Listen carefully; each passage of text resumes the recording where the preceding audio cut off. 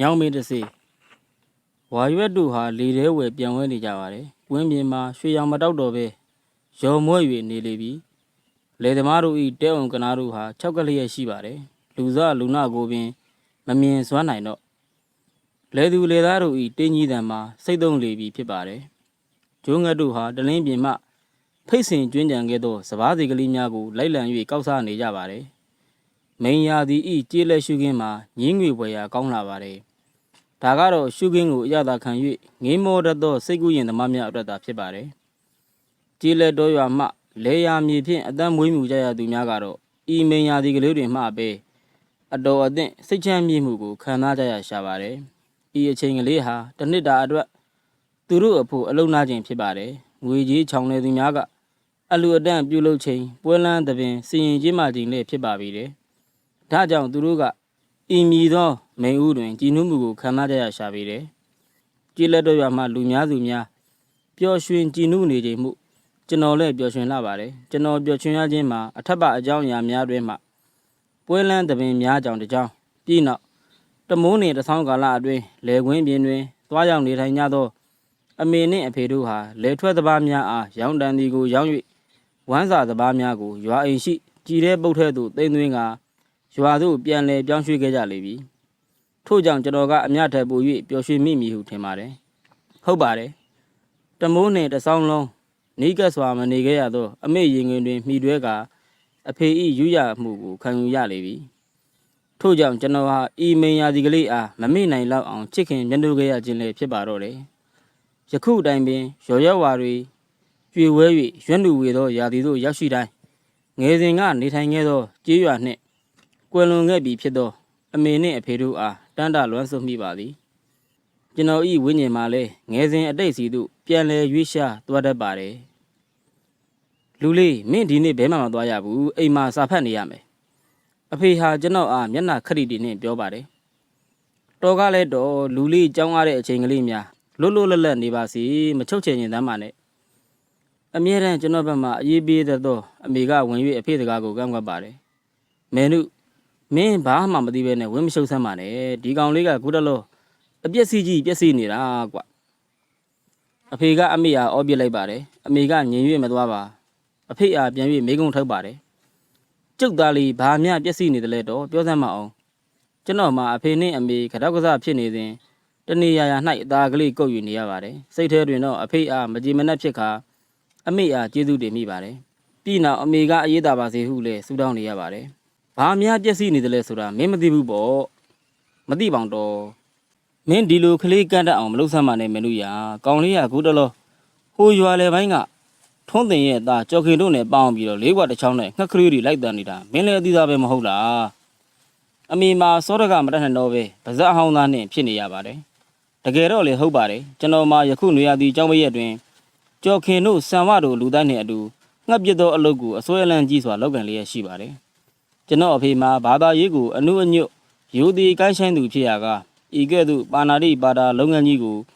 အကြီးအကျယ်ဆက်ဆုပ်ခါအပြင်းအထန်ကန့်ကွက်တတ်သူလည်းဖြစ်ပါတယ်ဒါကြောင့်မင်းအမေမှာစောရကမတတ်နိုင်မဲ့ရှိရခြင်းဖြစ်ပါတော့တယ်ကဲမင်းဒီຫນွေဘဲမှမသွားနဲ့အိမ်မှာစာဖတ်နေကြလားမင်းဟာအင်မတန်လဲချူကြတယ်ဒီကြားတဲ့ကသူများအသက်တွေကိုတက်ချင်ဖြတ်ချင်သေးတယ်မင်းတိတ်မိုက်တဲ့ကောင်အဖေဟာပြောပြောဆူဆူနေရာမှထောက်ယူသွားပါတော့တယ်ကျွန်တော်တွင်တော့မျက်နှာငယ်ကလေးဖြင့်အမေကိုသာကြည့်နေမိပါတော့တယ်မင်းကလည်းမင်းပဲဘာဖြစ်လို့ဒီငှက်ကလေးတွေကိုတက်ချင်ဖြတ်ချင်ရတာလဲမင်းအဖေကဒီလိုဟာတွေကိုမကြိုက်ဘူးဆိုတာအတိသားနဲ့အမေဟာကျွန်တော်အားတီးတိုးညင်သာစွာဆုံးမလေးရရှိပါတယ်အမေကလည်းအဖေဘက်ကလိုက်ပြောနေပြီဗျာငှက်ပြစ်တာကကျွန်တော်မှငှက်ကိုထိအောင်ပြစ်နိုင်တာမှမဟုတ်ပဲဘဲကလာငရဲကြီးရမှာလေဟိုကောင်တွေပြစ်လို့ကြလာတဲ့ငှက်တွေကိုလိုက်ကောက်တဲ့ဥစ္စာကျွန်တော်ဟာအဖေကိုသာပြန်လှန်မပြောဝင်တော့လေအမေကိုတော့ပြန်ပြောဝင်ပါတယ်သူများဖြစ်တာအကောက်လေအတူတူပဲဘောဟဲ့ကြံရပါစုငရဲကြီးတာပဲအမေဟာစိတ်မရှိတော့ပဲငောင်းငန်းငါမိဖို့ကန်တဲ့သူဝင်ရသွားပါတော့တယ်ကျွန်တော်မှမိဘများကမြည်တို့ပင်ဆုံးမတားမြစ်တော်လဲငှက်ပြချင်းအလုပ်ကိုမစွန့်လွတ်နိုင်ပါအဖေလစ်လျင်လစ်တယ်လို့ကြော်ခင်တို့လူတိုက်တော်ကိုလိုက်၍စားပင်တကာအနှံ့အပြသွားလာနေပါတယ်တကယ်တော့လေဤငှက်ပြေးသွားရခြင်းမှာအင်မတန်ပျော်စရာကောင်းပါတယ်ဟုတ်ပါတယ်ကျွန်တော်တို့ဟာလောက်စလုံးလိုအိမ်များကိုလွဲကာတောကျူအောင်ကြသူလှဲ့လေကာငှက်စားသောညောင်မီများကိုလိုက်လံရှာဖွေရသည်ကိုပင်အလွန်ပျော်ပိုက်မိကြပါတယ် ကျော်ခင်မှာငှက်ပြရတွင်လက်ဖြောင်တင်မကတောတောင်များတွင်လည်းအတော်နှက်ဆက်သူတယောက်ဖြစ်ပါတယ်ဘယ်လဘယ်ရက်တွင်ဘယ်ညောင်ပင်မှအသီးများမှဲ့နေပြီးဆိုသည်ကိုပင်သူကအလွတ်မှတ်သားနေမိသူတယောက်ဖြစ်ပါတယ်သူအားရွာထဲမှလူကြီးများကငှက်ပြင်းမုတ်ဆိုးဟူ၍ပင်အမိပေးခေါ်ဝယ်ကြပါတယ်ကျွန်တော်တို့ငှက်ပြစ်သွားခြင်းအကြောင်းကိုအနှဲငယ်ချက်၍ရေးသားပါဦးမည်ငှက်ပြစ်သွားရတွင်စံနှင့်စားကိုယူဆောင်သွားကြရပါတယ်ငှက်စားသောညောင်မင်ရောက်ပြီးငှက်များပြည့်၍ရလျင်ရသောငှက်များကိုအမွှေးနှုတ်ဦးအသေးများရင်ခွဲထုတ်ပြီးတညက်များဖြင့်စားလူကင်ကစံကိုဝါကြည့်တော့ဖြင့်ထမင်းချက်၍ငှက်သားကင်ဖြင့်စားပေါက်ကြရသည်မှာအင်မတန်အရသာရှိပါတယ်ငှက်ပြစ်ရာတွင်ရတတ်သောတတဝါကလေးများမှာငူဘုတ်ကလုံရှင့်နီဘောအောက်ချင်းစသည်တို့ဖြစ်ပါတယ်ယခုတလောငှက်စားသောညောင်မင်မှာကျွန်တော်တို့လည်းအနည်းရှိကတိကရညောင်မင်ဟုအမည်တွင်သောညောင်မင်ဖြစ်ပါတယ်ထိုညောင်မင်တွင်ရုပ်ကစုရှိသည်ဟုသမုတ်ကြသည်သာမကသည်ထိုရုပ်ကစုအားညောင်မင်တွင်စင်ကလေးပြုလုပ်ကကိုးကွယ်ပါသားကြပါသေးတယ်ရင်းရုပ်ကစုတွင်လည်းခိုင်းစေသောတစေကြီးတယောက်လည်းရှိသေးသည်ဟုပြောကြပါတယ်ကျွန်တော်ကသာကျွန်တော်မကြည်မနှက်ဖြစ်ခါဒေါဘွားနေမိပါတယ်ဟုတ်ပါတယ်မင်းညကပင်ကျွန်တော်နဲ့ကြောခင်ကတိကရညောင်မင်အောက်သို့ငှက်သွားပြည့်ရန်ချင်းဆိုထားခဲ့ပါတယ်အစီအစဉ်မှာမနက်9 နာရီခွဲလောက်တွင်အိယာမှထား၍သွားကြရန်ဖြစ်တော်လဲကျွန်တော်မှာထိုနေ့မှာအိယာကစောစောမနိုးပဲရှိနေခဲ့ပါတယ်ကျွန်တော်6 နာရီကျော်လောက်တွင်မှအိယာမှနိုး၍ကြောခင်တို့အိမ်စီသို့ခတ်သုတ်ပြေးလာခဲ့ရာကြောခင်တို့လူသူဟာအိမ်၌မရှိတော့ပြီကိုသိရပါတော့တယ်ကျွန်တော်ကဘာပဲဖြစ်ဖြစ်ကျွန်တော်တယောက်တည်းပင်ညောင်မင်ရှိရသို့လိုက်သွားတော်မူဟုစိတ်ကိုစုပ်ဖြတ်ပြီးရွာပြင်သို့ထွက်လာခဲ့ပါတယ်ကျူတော်အင်းအားဖြတ်ဆောက်ထားသည့်ဘာကြီးရွှေကန့်တရားချီကြီးပေါ်တွင်ရှောက်၍တဝက်လောက်အရောက်တွင်ကျွန်တော်ဤတူရှုမှခလေးတအုပ်ဒုံးပြေးလာသည်ကိုတွေ့ရသဖြင့်ကျွန်တော်ရင်ထဲတွင်ထိတ်လန့်သွားကရက်၍နေမိပါတယ်ဟေ့ကြောခင်ဘာလဲကွာဘာလဲပြေးလာသူများကျွန်တော်အနီးသို့ရောက်ရှိလာခြင်းတွင်ကျွန်တော်ကရှေ့ဆုံးမှပြေးလာသောကြောခင်အားစီး၍မိလိုက်ပါတယ်ကြောခင်ကဘာမှပြန်မပြောဘဲပြေးမြဲတာပြေးလာပါတယ်ဟေ့ကောင်လေးဘာဖြစ်တာလဲကွာငါ့ကိုလေပြောစမ်းကြပါဦးကျွန်တော်ကအငမ်းမရစီး၍မေးတော်လဲသူတို့ကပြန်ပြီးမပြောကြပါကြောခင်တို့လူစုဟာကျွန်တော်အားတယောက်ပြီးတယောက်ရှောင်ရှားချက်ကြော်ရင်ပြေးကြပါတယ်သူတို့၏မျက်နှာများတွင်လည်းအင်မတန်ကြောက်ရွံ့သောအသွင်ဖြင့်ရှိနေကြပါတယ်သူတို့ဟာတပြည့်ပြည့်နဲ့ကျွန်တော်နဲ့ကွာဝေးယူသွားကြပါတယ်ကျွန်တော်ကတော့ဘာတတ်နိုင်တော့မလဲဘူးမသိဘာမသိနေပင်သူတို့နောက်သို့ပြေးပြီးလိုက်လာခဲ့ရပါတော့တယ်ကျွန်တော်မှာပြေးရင်းနှင့်သူတို့ထံမှအကြောက်ရောဂါကူးဆက်လာ၍လာမသိရင်ထဲတွင်တရိတ်တိတ်ခုန်လျက်နေပါတယ်ဘာရလေးတော့မဟုတ်ကြောက်လာသောအခါပြေးရသည်မှာလဲတော်တော်အရသာရှိလာပါတယ်ပြေးရင်ကြောက်စိတ်ကလည်းပူ၍လာပါတယ်ဟုတ်ပါတယ်ကြောက်လို့ပြေးလီကြောက်လီပါပဲရွာဦးထိတ်ကရင်ကွဲစရက်ကလေးသူရောက်ရှိသည်တွင်ကြောက်ခင်တို့လူစုသည်နှင့်ကျွန်တော်ဟာကတော့ကမြော့ဝင်၍ထိုင်လိုက်ပါတယ်ကြောက်ခင်မင်းတို့ဘာလို့ပြေးကြတာလဲကွာအတော်အမောပြေးသွားတော့မှကျွန်တော်ကမေးလိုက်ရပါတယ်တက်စီ6လူကွာယခုမှပင်ကြော်ခင်ကထငုံငုံနေပြန်ပြီးဖြေပါတယ်ဟာဟုတ်ရဲ့လားကွာမင်းကမြတစီကြောက်တယ်ရှိရသေးလားကျွန်တော်ကအံ့ဩစွာဖြင့်ပြန်ပြီးမေးမိပါတယ်တကယ်ဆိုတော့ကြော်ခင်မှာအလွန်တက်တီကောင်းသူတယောက်ဖြစ်၍ကြောက်ဆိုသောစကားကိုသူ့ထံမှတစ်ချိန်တစ်ခါမှမကြားဘူးခဲ့ပါဟုတ်ပါတယ်ကွာငါကမင်းသိတဲ့အတိုင်းဘယ်တော့မှတစီတည်းကြောက်ခဲ့တဲ့ကောင်မဟုတ်ပါဘူးဒီတစ်ခါကြောက်လိုက်ရတာမှကွာနေစရာကိုမရှိလောက်အောင်ပါပဲပြေးရတာတော့မြေကြီးနဲ့ခြေထောက်မထိဘူးထင်ခဲ့တာဘလို့များကြောက်စရာကြီးများတွေ့ကြရလို့လဲကွာပြောသမ်းမအောင်ဒီလိုဟေးတို့ကမနေ့ကစီစဉ်ထားခဲ့တဲ့အတိုင်းပေါ့ကွာမနက်စောစောကြီးညောင်မင်ကိုသွားတာကိုကွာညောင်မင်နာရောက်တော့နှင်းမြူတွေကစိုင်းပြီးဘာမှမမြင်ရဘူးတို့လဲညောင်မင်ကြီးအောင်ရောက်ရောညောင်မင်မော်ကအတန်နဲ့ကြီးနဲ့ဟဲ့ကောင်တွေနင်တို့ငပိမှန်ကိုဖျက်ဆီးမလို့လာကြတာလားသွားကြလို့နှင်းနေကွာဒါနဲ့ငါကအတန်လာရစီကိုမှန်းပြီးတော့လေးကွာနဲ့တစ်ချက်ပစ်လိုက်တာတေမိုက်တဲ့ကောင်လေးသေပြီရော့ကွာကဲတပည့်ကြီးစီမံပြီတော့တဲ့အဲ့လိုပြောတဲ့ကြီးကြပြီးညောင်ရွက်တွေကိုတကြွန်းနင်းလာတဲ့ခြေတံနဲ့အတူတောဆက်ကစူးရီချုံတဲ့ကနေမဲကောင်ကြီးထွက်လာတာနဲ့တို့လည်းထွက်ပြေးကြရတာပါရဲ့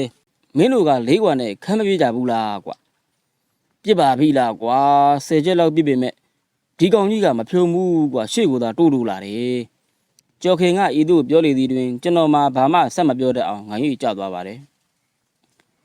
ဥပ္ပူသည်ကျော်ခင်တို့ကိုတစ်စီ6ထုတ်လိုက်လို့တယ်ဗျကျွန်တော်ဟာကျော်ခင်တို့နဲ့လူစုခွဲကဥပ္ပူသည်ထံသို့သွားပြီးပြောလိုက်ပါတယ်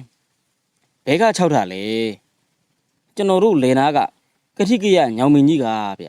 ။အော်ဟုတ်လားဘလို့ချုပ်ပြတာလေကွာ။ကျွန်တော်ကကြော်ခင်ပြောသမျှကိုတလုံးမကြံပြန်ပြီးပြောလိုက်ပါတယ်။ဥဖြူသီးကတော့အိန္ဒြေရစာနဲ့နားထောင်နေပါတယ်။ကဲ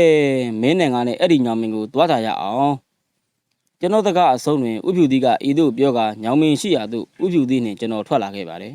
။ညောင်မင်းတို့ရောက်သည်တွင်ငှက်များဟာပျော်ရွှင်စွာအော်မြည်စားပေါက်နေကြပါတယ်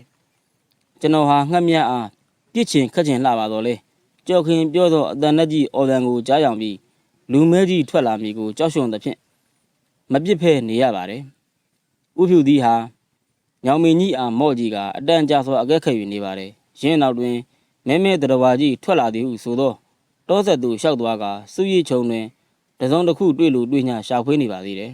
။ငှက်တွေအားကြီးပါလားကွာမပြစ်တော့ဘူးလား။ညောင်မင်းဘက်သို့ပြန်လျှောက်လာရင်ဥဖြူသီးကပြောပါတယ်။ကြော်ခင်ပြောတာတွေတွေ့ပြီးကြောက်နေလို့ဗျ။ပြစ်တာပြစ်ပါကွာငါအရှိသားပဲဥဖြူသီးကဤသို့အာဘိဒကပြောလိုက်သည်နှင့်ကျွန်တော်ဟာအားရပါရပြစ်ပါတော့တယ်ကျွန်တော်မှာငကူကပင်လက်ဖြောင်သူမဟုတ်ရကားအလက်တရာလောက်ပြစ်မိတော့မှကန်ဆိုးရှာတော့ဘိုးပါလေးတကောင်ကိုသာထိမှန်ပြီးကြလာပါလေတယ်ကဲတော်တော့ရုပ်ပေါ့ကွာမင်းတို့ရုပ်ကစိုးလဲငါ့ကိုကြောက်လို့ဘာမှမလုပ်ဝင်တော့ဘူးကဲကုန်းဘေးကချောင်းကလေးစီသွားကြရအောင်ဥဖြူသီးကဤသို့ပြောတော့မှကျွန်တော်မှာအင်မတန်မှရအောင်ရခဲ့ရရှိထားသောဘိုးဝါကလေးကိုအမွှေးနှုံးရင်လိုက်လာခဲ့ပါတယ်။ချောင်းကလေးတစ်ပေသို့ရောက်သည်တွင်ကောက်ရွေးကိုရင်းကဲ့သို့နွယ်များဖြင့်ခတ်ထားသောကောက်ပြကြီးတစ်ခုကိုတွေးရှိသဖြင့်ဥဖြူသီးမှာမျက်နှာပြုံးရွှင်လာပြီးရွာပြန်ကြမယ်ဟေးဆိုသဖြင့်ကျွန်တော်လဲဘာမသိညာမသိနှင့်သူ့နောက်မှလိုက်၍လာခဲ့ရပါတယ်။အိမ်သို့ရောက်ရှိသည်တွင်အဖေဟာလက်ဖက်ကြံတောင်းနေသည်ကိုတွေးရှိသဖြင့်ကျွန်တော်ငှက်ပစ်သည့်အကြောင်းအဖေအားပြဲမပြောရန်ဥဖြူသီးကိုကြိတ်၍ပြောရပါတယ်။လာဟေးမောင်ဖြူသီးလက်ဖက်ကြံတောက်ရအောင်လူလေးနဲ့မင်းဘယ်ကတွေ့လာကြသလဲကျွန်တော်တို့အိမ်မော်တို့တက်ရောက်သည်တွင်အဖေကဤသို့ဥဖြူသီးအားမေးလိုက်ပါတယ်။ခုံညောင်မင်းကြီးမှငှက်ပြစ်နေတာတွေ့တာနဲ့ပြန်ခေါ်လာခဲ့တာ။အာဟုတ်လားအဖေကအံ့ဩစွာမေးလိုက်ပါတယ်။ဟုတ်ပါတယ်သူ့လိုအိတ်ထဲမှာကြည့်ပါလားငှက်တကောင်ပါလာသေးတယ်။ဘသူတွေနဲ့တွေ့ကြတာလေသူတယောက်တည်းပါအဖေဤမျက်နှာမှာပို၍အံ့ဩသလိုနှင့်ဝေခွဲမရတယ်လို့ဖြစ်လာပါတယ်ကျွန်တော်မှာဥဖြူသီးအားအကြီးအကျယ်ထောပွားနေမိပါတယ်ကိုရင်အောင်ကကျွန်တော်ပြောတာမယုံဘူးမှတ်တယ်သူ့လိုအိတ်ထဲမှာသူပြစ်တဲ့ငှက်တွေပါလာတယ်မယုံရင်ခေါ်ကြည့်ပါလားဥဖြူသီးကထက်၍ကြောက်တုံနေပြန်ကြပြီကျွန်တော်မှာအီနီယာကသာအမြန်ထွက်ပြေးပြေးလိုက်ချင်ပါတော့တယ်ကဲလာသန်းကွာမင်းအိတ်ထဲငါကြည့်သမ်းအောင်မယ်အဖေကကျွန်တော်အားခေါ်လိပြီကျွန်တော်ကမသွားပဲဘေကက်နေပါတယ်ဟဲ့ကောင်လာသန်းဒီကိုခေါ်နေတာမကြောက်ဘူးလားအဖေကငေါ့၍ခေါ်လိုက်ရာကျွန်တော်မှမနေတာတော့ပဲသွားရပါတော့တယ်အဖေကကျွန်တော်လွဲထားသောလွိထဲမှငှက်သေးကလေးကိုဆွဲထုတ်ကကျွန်တော်မျက်နှာကိုဒေါသကြောင့်တောက်သောမျက်လုံးကြီးများဖြင့်ဆက်ကြည့်လိုက်သည်ပြီးမှကဲကွာဒီလောက်တောင်တက်တီကောင်းလာတဲ့ခွေးသားဤသို့ဆိုကဇက်ဘိုးကိုအုပ်ထဲလိုက်သည်နှင့်ကျွန်တော်ဟာကြမ်းမြင်သို့လဲကျသွားပါတယ်တော်တော့ကိုရင်အောင်တော်တော့ဟေးမင်းနာသလားကွာကြပြကြရလူလေထားလိုက်တော့ကျွန်တော်ပခုံးကိုဥဖြူသီးကလားကင်နှုံးရင်မေးပါတယ်ကျွန်တော်ကရုတ်တရက်ပြန်မပြောနိုင်ပဲမျက်ရည်များသာသွန်းချနေမိပါတယ်နာသလားကွာဥဖြူသီးကထပ်၍မေးပြန်ပါတယ်နာတာပေါ့ဗျကျွန်တော်ကအုံကြီးပြောလိုက်ပါတယ်ဘာဖြစ်လို့နာရတာလဲကွာလူဗျလူအသက်နဲ့လူနာတတ်တယ်ဗျမင်းမှအသက်ရှိတာတော့သိတယ်ငှက်မှလည်းမင်းလိုအသက်ရှိတယ်ဆိုတာတော့မင်းမသိဘူးလားသိတာပေါ့ဗျဒါပေမဲ့ဟိုကငှက်ဗျအသက်ရှိတဲ့တရားဝါချင်းအတူတူဆိုတော့ငှက်တယ်မင်းလိုပဲနာပြီမပေါ်ကွာကျွန်တော်လည်းဥဖြူသီးစကားကိုသဘောပေါက်ပါပြီဟုတ်ပါတယ်ငှက်တီလဲအသက်နဲ့ကျွန်တော်တွင်လည်းအသက်နဲ့တရားဝါချင်းအတူတူကျွန်တော်ဟာပျော်ရွှင်မှုအတွက်နဲ့ဘာကြောင့်သူ့အသက်ကိုတတ်ထိုက်ဖျက်ထိုက်ပါသနည်းကျုပ်နောက်ဘယ်တော့မှမပြတ်တော့ပါဘူးဗျာကျွန်တော်ကဥဖြူသီးအားဂရီးပေးလိုက်ပါတယ်ငါသားလည်းမောင်ဖြူသီးချွတ်မှကျွတ်တော့တယ်အဖေကဝမ်းသာစွာပြောလိုက်ပါတယ်ကိုရင်အောင်ကိုကျွန်တော်ပြောချင်တာကတော့ကလေးကိုဆုံးမတဲ့အခါမှာလက်တွေပြပြီးကိုချင်းစာနာသိရှိလာအောင်ဆုံးမသေးခြင်းနဲ့သူတို့ကိုကြောက်အောင်လန့်အောင်လုပ်ပြီးဆုံးမတာဟာခဏပဲရမယ်သူတို့ကတရေတစီကိုယုံကြည်နေတော့တာကိုရင်အောင်စကားကိုနားထောင်ပါတရေတစီဆိုတာတကယ်မယုံကြည်တဲ့တနေ့နားထောင်တော့မယ်မဟုတ်ဘူးပြီးတော့ကလေးတွေကိုကြောက်စိတ်ဝင်အောင်လဲမလုပ်ထိုက်ဘူးကျုပ်ဘာမှမလုပ်ရပါဘူးမောင်ဖြူသီးကိုရင်အောင်ခြုံနေကြဆောင်းမေးကြီးကအစရစစူးရီးချုံကရခဲ့ပါတယ်ပြီးတော့ကောင်လေးတွေကလေးကွာနဲ့ပြည့်ရင်မနာအောင်ကာပါလုတ်တဲ့ကောက်ယူပြားကိုလည်းတွေ့ခဲ့ပြီးပါပြီ ပြောဆိုဥဖြူသည်ကအဖေခြုံနေကြစောင်းမဲကြီးမှာအစကလေးတစ်သားကိုသူ့အင်ကြီးအိတ်ထဲမှာထုတ်ရပြရာအဖေဟာတဟဟရေမောလျက်ကျုပ်လဲလုံးမီလုံးရလုံးတာပါပဲမောင်ဖြူသည်ရေကောင်လေးကပြောလို့ဆိုလို့မရဖြစ်နေတော့ကြော်ခင်တို့ပါဒီညောင်မင်းကိုမလာဝင့်အောင်လုပ်ရတာပေါ့ကွယ်တယောက်တည်းသာဆိုတော့ရိုက်နှက်လဲမဆုံးပါခြင်းပဲကူဟုတ်ပါတယ်မောင်ဖြူသည်ပြောတာကျုပ်သဘောပေါက်ပါတယ်ဒီကောင်ကမောင်ဖြူသည်နဲ့ပေါင်းနေတော့တရေတစီလဲကြောက်မဲ့ကောင်မဟုတ်ပါဘူးမကြောက်တာလဲကောင်းပါတယ်ကြောက်ရင်တစ်သက်လုံးကြောက်စိတ်ကြီးဆွဲသွားမှာဓာတ်ထဲညောင်မင်းဘော်ကတက်អော်တာကဘသူလဲကိုရင်အောင်ကျုပ်သူမောင်ညွန့်ပေါ်သူကဒီအကြံကိုပေးတာပါကဲမင်းကလည်းနောက်ငှက်မပြစ်နဲ့ကိုရင်အောင်ကလည်းခလေးကြောက်အောင်ယွန့်အောင်မချောက်လိနဲ့